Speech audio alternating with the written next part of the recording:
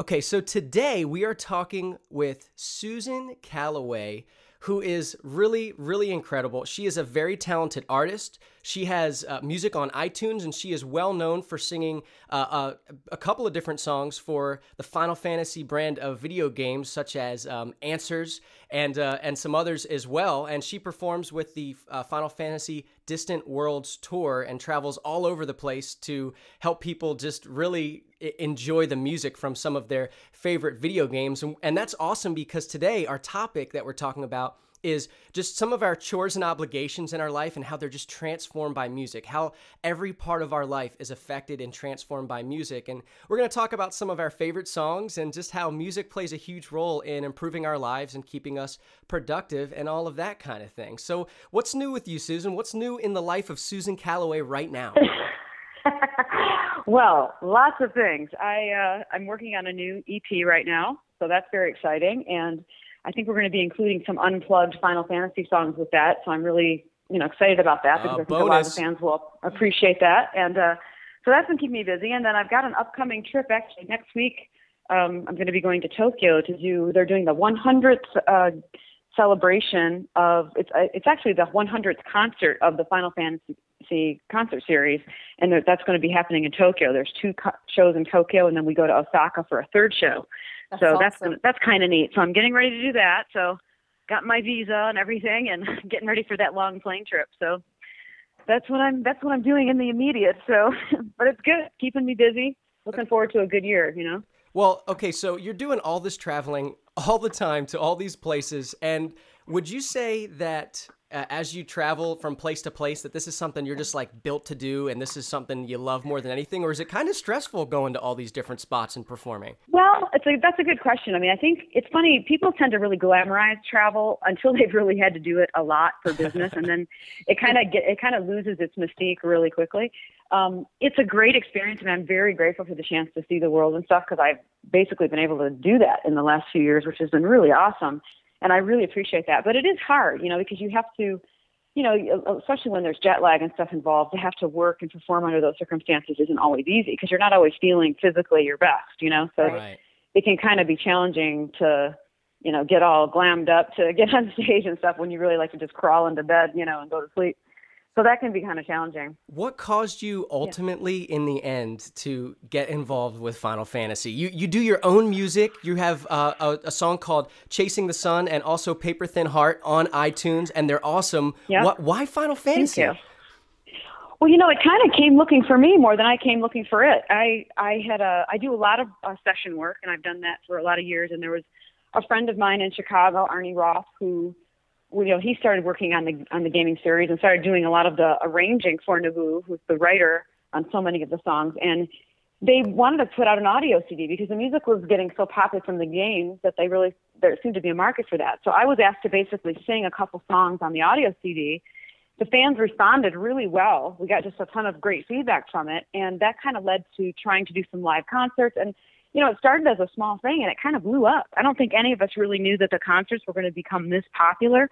So it's one of those things. And then I saw also I had no idea the fans were going to embrace me like they have. I mean, that was a very appreciated and, not planned kind of thing, and that's been pretty awesome because it's given me a kind of a venue to, introduce them to my music as well, because they have come to like my voice. So then, it's not a big leap to have people listen to my stuff and go, well, gee, I like her music too. So that's it's been neat to kind of expand my fan base, like that. And that's been awesome, so that's great. It's been great. I think that, what's really cool for me about this specific episode of the Everything I Did podcast is, for me, I'm the kind of guy that, as we're talking about just productivity and the ways that music can change your life, that actually a lot of the music that I listen to is the kind of music that Susan's talking about. And when I'm doing things like getting work done and stuff, like Daveen knows I am a soundtrack nerd, because when I get music done, when I get work done or something, I feel like, I can't have a lot of words in it because it will distract me and I'm writing and I'm doing things like that. But to have that background ambience, And not that having vocals in it is bad, because a lot of times I'll do that too, but it's that kind of music that I always listen to in the background. And so, you know, Davina has heard me say before, like, I'm like a Hans Zimmer nerd. Like I'll music like that, awesome. You know, I'm getting some work done, and, you know, I feel like that's helping me get through getting work done and all that kind of stuff. But what's cool is even songs like Answers, which you did, I believe, isn't that a Final Fantasy 14 thing? Am I right? It is. Yep. That's actually was my first time actually singing a song that was in the game. So that's why that was kind of neat. Because before I was just singing kind of, I'm featured on the audio CDs that were put out, but not necessarily on the game. And Answers was like my first experience actually singing a song in the game. So, well, what's cool about that is a song that is just a great song in and of itself. No one would know that's a song from Final Fantasy or a video game up front. You know, if you're not a fan of the series, I feel like it's just a great song in and of itself. And it kind of changes pace about halfway through that song. You start rocking out hard in it too. I know, it's you know what it reminds me of? It reminds me of like Queen a little bit. It does. When I first heard it, I kind of feel like rock. I always tell Naboo that I'm like, it's like a rock opera, because it's like, you know, it's got this kind of gothic thing, especially the words. They're so kind of, you know, they're not like your typical lyric, obviously. But then it kind of, it does. It's almost like a journey in and of itself, because it's got so many pieces. It's got, you know, slow sections, and, you know, it's always a fun one to do live. People really enjoy hearing it live. So how does music affect your life in general, as from a musician's standpoint? So when you wake up every day and you have all the things you need to get done, you have all the things you want to do that you would love to do, and all the things that you have to do that you don't want to do, how does music play a part in your everyday life, and how have you discovered that it can really make your life better? Well, there's a lot of ways. It depends on what I'm doing and what my kind of mood is and stuff. I think, you know, there's music I listen to for inspiration, you know, that just kind of encourages me. I like some like Christian music for that reason. You know, sometimes you just need to hear something that's going to be like really good for your soul. And sometimes I listen to music that's more, the production is super expressive or moody. Like, I'm a huge Coldplay fan. I love their latest record they put out, Ghost Stories. I listen to that a lot. And it's just, I appreciate great production and stuff just because of that quality. I mean, I probably listen to music for different reasons than other people, being that I'm a musician myself. So it's not, but I'm a fan as well as a musician, you know, so I do have music that I love. And a lot of times when I'm writing really heavily, sometimes I don't like to listen to anything at all, you know, because I'm just trying to clear my head to really create something that's fresh. And sometimes if I'm listening too much to something, I will be automatically writing too much like that. You know what I'm saying? Because you tend to mimic what you hear. So it's kind of a unique relationship I have with listening that probably is different than like like the average person. But where I maybe look at it different is I'm always thinking, how can I create an experience for people?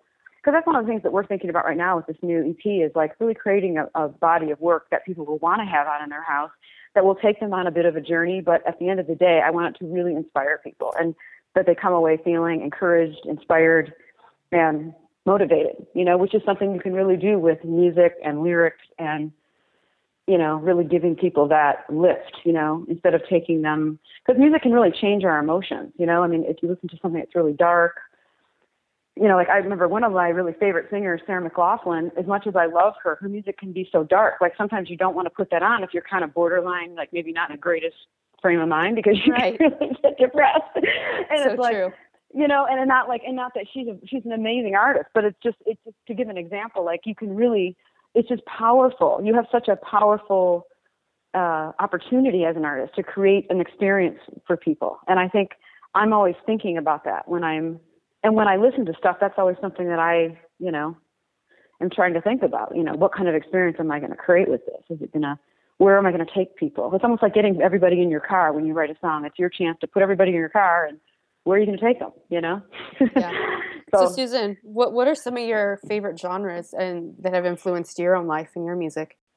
I mean, I love everything. You know, I love classical music. I grew up studying it, and so I have a real appreciation for that. And that's a great type of music just to have on when you're just kind of working, like kind of like what you were saying, TK, you know, about when you're just wanting to get stuff done. Sometimes a soundtrack or something that's just more, it's like there, but it just kind of creates a slight mood or whatever. But I love classical music. I love great singers, you know. I love Linda Ronstadt. I love, like, in a more contemporary frame of reference, I really love Adele. I think she's one of the best singers out there right now. I agree. I agree with you. Love her stuff.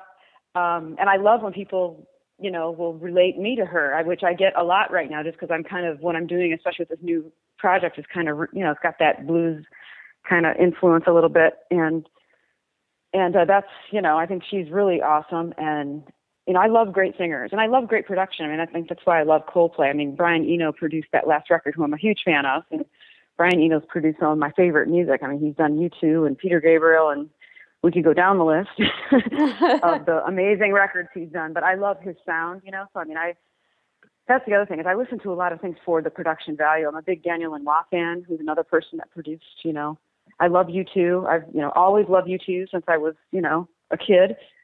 And I continue to enjoy their music too. And great, what a great lyricist Bono is. I mean, I don't think he gets better, than his stories, So. Well, I feel extra on the outside today because now, Susan, you probably don't know this, but Daveen's whole family is basically in either business or aspiring show business. And cool. A really weird, funny thing is very recently we figured out that very close to where I live in Atlantic City, New Jersey. So basically not far from there, about 2 hours, is Lancaster. It's a town in Pennsylvania. And we found out that Daveen's sister, Joelle, is actually Moses' mother in a Sight and Sound production of Moses. Which blew my mind because we found this out as we're recording a show just about a month ago. And I'm like, oh my gosh, I'm going there. And she's like, yeah, my sister sings and acts in the show. And everybody over on her end is aspiring in show business. And then there's people on my end who enjoy making music, but are just never going to be as good as you guys. So you guys are making me feel as small as a thumbnail. You're silly. Oh, no. Hey, we all have a special gift. That's what I always tell fans online. We all have something that I think God put inside of us to, that makes us exceptional. And the challenge is finding out what yours is. And we can't all be the same. It would be such a boring world if we were. And it's really not how I think we were created. And I think the more we can, if we could, I have an interesting blog I wrote about this one time, because I got a lot of people asking me about American Idol and some of those shows, like, well, what do you think about that? And would you ever go on? Or what do you, and I think one of the points I make in the blog is that, the only thing that concerns me sometimes about all the reality shows we have now is that so many people are really seeking like fame and fortune instead of really trying to understand how they're wired and realizing that that's really where, happiness and contentment come from. I agree with you because I've been in the entertainment industry for a while, and I've probably felt this way too, but it's like especially with those reality TV shows, people are so unaware of the actual gifts and the talents that they have, and they think that they need those things or to be in the spotlight, more or less, to have a fulfilling life, and it's so not true. Susan, what kind of advice would you give to people who are right up front? They believe that they're gifted in music and they're talented, and they actually have great talent, and they want to pursue the kind of career that you're pursuing. If you had to just pick one thing, what is the one thing you would just want to tell everyone about that? Well, I think the biggest thing is to be tenacity, because it's not, you can be super good at things and it does not guarantee anything. It's a very unique business from that standpoint.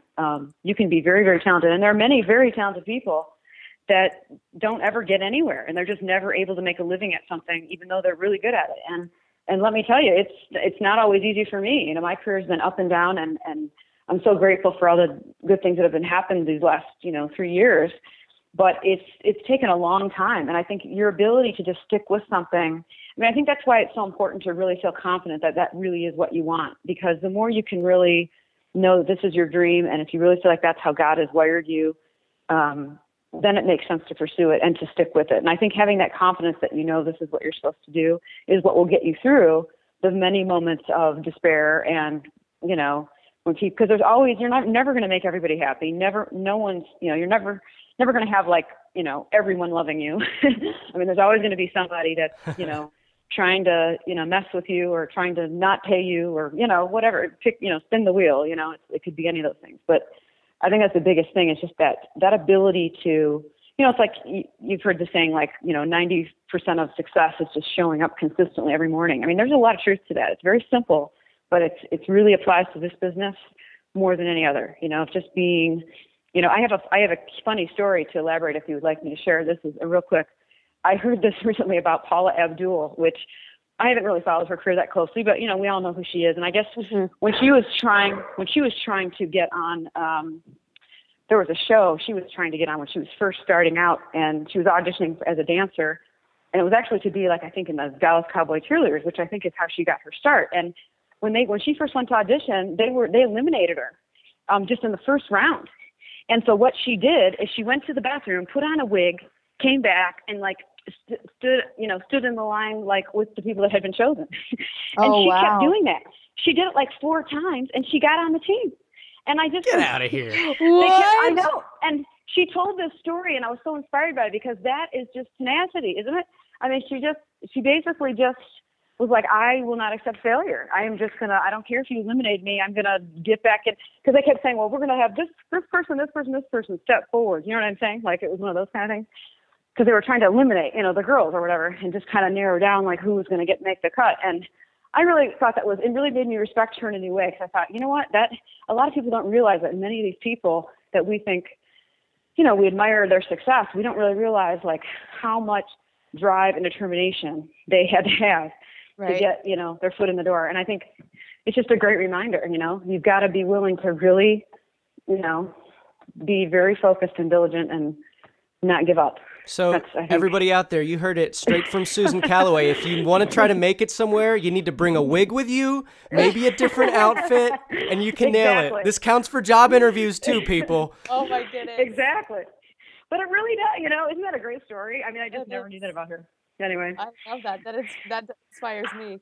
Talking about your song that's coming up, I love following musicians and like seeing the progression as time goes on. Like every musician that I love and every band that I love being able to see how they've changed since their first songs to their latest songs. And sometimes they're drastic changes. And I'm the kind of guy that if I'm a fan of somebody, it's like it doesn't matter what the change is, I'm going to fall in love with it either way. But sometimes there's subtle changes, and it's kind of the same of what all their fans that love them are already used to. So what are we going to see with your latest song? What does that look like? Well, I think the biggest difference between this CD and the last one is going to be, I think it's a lot more uplifting and focused lyrically. I think a lot of the songs from my last CD kind of came out of when I was kind of going through a harder period of life, and so there's a lot more angst and a little more, unsettled stories and things like that of struggle and things like that. And this what I like about this group of songs is that there's just a lot of inspiration and hope and optimism, and that's really, I really want to, make that the mark of my music as an artist, because I just think if there's anything I'm learning as I get out there and even meet fans and interact with people online, is that people in general, I think, really need encouragement and inspiration. And I really think that's even when we were talking about reality TV shows a minute ago, I think that's where a lot of that comes from too. I mean, everybody wants to feel like they're worth something. Everybody wants to feel like they have a place in this world and that they're valuable. And I think, the problem is we live in a society that's gone the opposite, where we have treated people like they're so expendable and not needed, that I think it's increased that. Like people are so wanting to know that they are valued somehow and that they have something to contribute. And I think, that's one thing that is so important to me, is that I get that message out, that people realize that they, that God did make them and love them, and that, it doesn't have to be like that, that he does have a plan and a purpose for us. And no matter what your faith background or whatever, it's a basic principle that, I've discovered to be true. And it's something that no matter what you believe, I think you'll enjoy the music, but it's definitely the cornerstone of what I'm about, because I found that to be so true in my own life, and in my own journey. And that's something I want to share with people, because when it's changed you, you want to inspire other people because you see them struggling. Like I see some of my fans struggling with where I used to be, and you just want to go, hey, you're going to make it. It's going to be okay, and this is how. And so I think that's, a big part of this new work. And it's going to be cool. I mean, there's going to be more to reveal about it. It's going to be, we're kind of making a bundle that we're going to have available for people that's going to have some really cool things that are going to go with it, Oh, that's awesome. Including kind of like a soul guide that's going to go with it. That's going to kind of give background on what the songs are about, and kind of challenge people if they want to take even dig a little deeper with it and kind of take a little journey with the music a little farther of how it could maybe inspire them or challenge them in their own life. And so I think it's going to be really cool. And I really hope it's going to just, give people a lift, so that this can be something positive for them to, no matter what they're going through, they've got this, So we've talked about what it takes if you're trying to become a musician and to do that well, but I want to ask you, what does it take to be a good fan? What does a good fan look like of somebody who's very passionate about their music? And the reason I'm asking this is because I see all the time, you just see it in the news, you see it on social media. You've got just as many haters as you've got lovers, it feels like sometimes.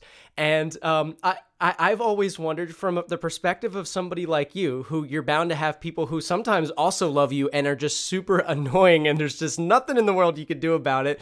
What does a musician expect from their fans that helps uplift them and support them and the work that they do? What's the most motivating thing to you that your fans can do? Well, I'm very blessed. I feel like I have so many fans that are appreciative, and everyone has a certain level. There's different kinds of fans. Look, everybody's busy, and, there's people who are younger that have a lot of free time, and they can just be, super interactive all the time, and that's great, but not everyone has the time for that. So I would never want to say that, you expect that as an artist to have everyone be, fanatical, or something. But it's always nice to have consistent interaction. And I'm always thinking about in terms of having just an ongoing dialogue and relationship with my fans. And that just takes consistency. It's like, I love when people just check in regularly on Facebook or Twitter and respond to stuff or, they hear you're doing something or you're sharing something and they say that, hey, well, good luck at the show or, can't wait to see, I love to hear that people are excited about the show or they're coming or, if they like a song. I love to hear feedback. And I think that the feedback and just, especially when it's there, because you don't want anything that's not genuine, you just want, if people are digging something and they're like, man, I have this song on repeat all the time. I love this song. I love to hear that, because it helps me as an artist know what's effective, like what's reaching people, what's helping people, and how, that's really what a good fan is. It's just, if it's more about if they really, finding out what's genuinely, working. Does that make sense? I don't know. That makes perfect sense. So basically what you're talking about is that you really just want to know where people are really at. You want to have a conversation with them all the time. And I think that's really cool because, that's what I love about the current state of music. Just being in 2015, you can really interact with not just artists, but companies. And there is a dialogue that happens. And what's cool is, in a lot of ways, I think it helps shape future products and future creations. And would you say that's true in your case too? Would you say your fans have helped shape your music? Absolutely. A great example is even just the whole idea of including Final Fantasy music on some of this stuff. It's like, I know that's something that would really mean a lot to fans.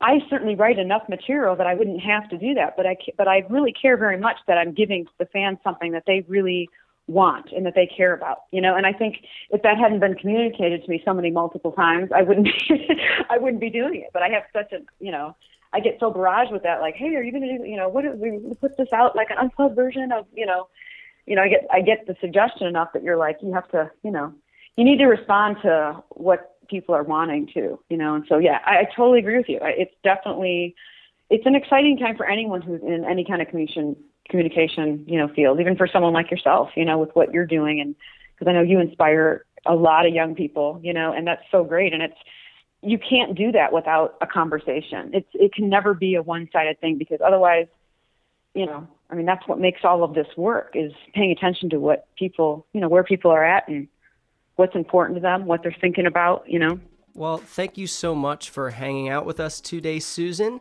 If you guys are more interested in Final Fantasy Distant Worlds, you can go to ffdistantworlds.com to get information on her upcoming shows and keep checking her out on Twitter. And you can also check out her website at susancallaway.com. And we'll make sure that all of these links are in the extras of the podcast over at everythingidid.com as well. As always, check out everythingidid.com for show extras from today's episode, and make sure you give us a 5-star review on iTunes. We'd love to hear what you thought about the show, but even if you don't want to type anything in the review, that's okay. Those 5 stars help us reach a wider audience of people just like you. And also, don't forget to follow us on Instagram, Twitter, Facebook, and Tumblr so we can share cool and useful stuff with you all week long. So until next time, we hope we'll see you next week.